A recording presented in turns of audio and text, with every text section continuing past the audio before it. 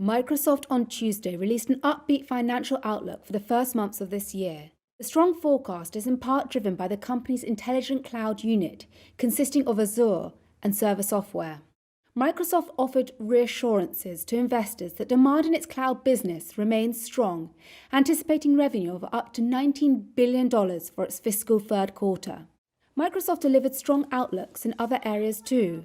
The software company has benefited from a switch to working and learning from home. The health crisis has forced that shift online, with rivals Amazon and Alphabet also seeing a jump in demand for their services. Following Tuesday's outlook, shares in Microsoft were trading 3% above the closing price. All eyes will now be on Microsoft's proposed deal with games publisher Activision Blizzard. Last week, the company unveiled plans to buy the maker of Call of Duty for $69 billion. Microsoft said the deal would help boost Xbox content and services revenue. Responding to a surge in anti-Asian violence over the past year, San Francisco is ordering higher police presence across its Chinatown ahead of the Lunar New Year holiday. Police Chief Bill Scott told reporters Tuesday that more police patrols were necessary despite many officers being out sick with COVID-19. We saw more than a six-fold increase in Asian hate crimes in our city, in San Francisco. And we had 8 in 2019, we had 9 in 2020, and we had 60 in 2021. That is significant, that is concerning, and that is alarming. Scott added that more than 30 of the hate crimes had been linked to a single individual who was arrested last August. The police chief did not name that suspect, but he appeared to be referring to 36-year-old Derek Barreto, who has been charged with smashing the windows of over 24 Chinese-owned businesses. Local activist Sarah Wan said Tuesday that despite the rising trend of anti-Asian crimes, more people were willing to report them. San Francisco Police Department has made it a lot easier with the tip line so that people can report. We're also starting with receiving referrals directly from San Francisco residents or the constituents we serve when they see something happen or when they know there's a victim that needs support. The trend isn't exclusive to San Francisco. Across the country in New York City, police said in December nearly 5 times as many anti-Asian incidents were reported in 2021 compared with the year before. A second New York City police officer shot on duty last week has died. That's according to an announcement on Twitter by the city's head of police. Police Commissioner Kishan Sewell called Officer Wilbert Mora a hero for, quote, choosing a life of service, for sacrificing his life to protect others, for giving life even in death through organ donation. His death followed that of fellow officer Jason Rivera, who was also shot while responding to the same domestic disturbance call. The suspected gunman, LaShawn McNeil, was shot by a third rookie officer and was later pronounced dead. Rivera and Mora were 2 of 4 New York City police officers shot over the last week. Recently elected Mayor Eric Adams campaigned on public safety and has promised to quickly quell the violence. Blueprint to end gun violence. On Monday, Adams unveiled a public safety plan to end gun violence and increase the number of police officers in New York's most vulnerable communities. Tensions remained high on Tuesday as Western leaders stepped up preparations for any Russian military action in Ukraine, with U.S. President Joe Biden saying he would consider imposing direct sanctions on Russian President Vladimir Putin. Would you ever see yourself personally sanctioning him if he did invade Ukraine? Yes. You would? I would see that. NATO said it was putting forces on standby and reinforcing Eastern Europe with more ships and fighter jets in response to Russia's troop buildup near the Ukrainian border.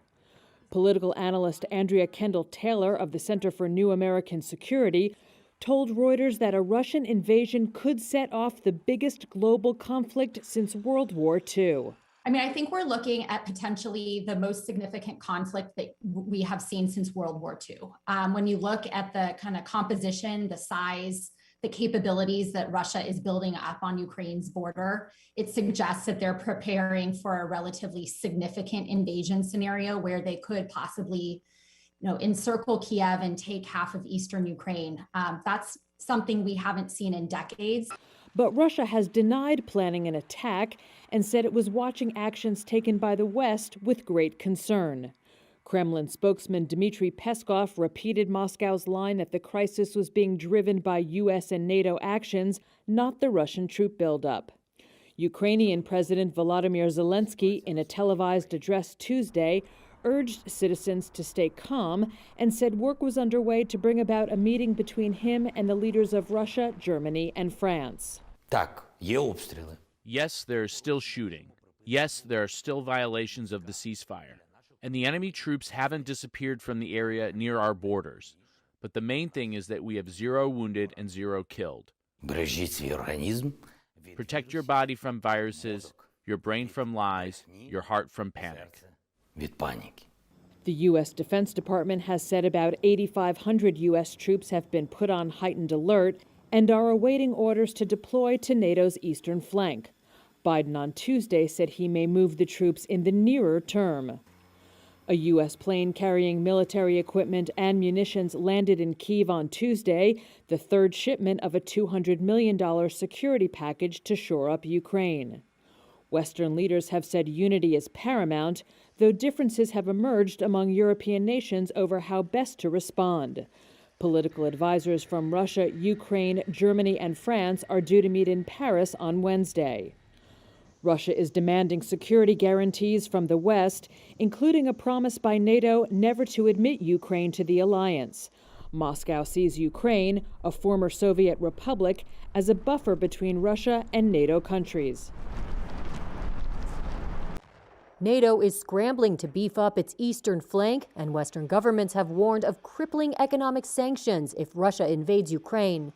But watching Russian state TV provides little sense of impending conflict. Russian state TV, a vital tool for the Kremlin's public messaging, says panic in the West is fueling the tensions, along with U.S. troop reinforcements to the region and arms supplies to Kyiv, not the 100,000 Russian troops gathered near Ukraine's border. Independent polling data shows the Kremlin's message that the West and not Moscow poses a threat to peace is widely believed in Russia. Russia will not attack anyone, but I can believe there will be a huge Western provocation, which is already being undertaken. And Russia will start a war against somebody. No, Russia will defend Kremlin that it looks like the West is inflaming the situation. And from the information side, there's more of it on the West. It turns out that we don't want war, but the West does. No one is invading, but we are the ones who are blamed. Anti-American sentiment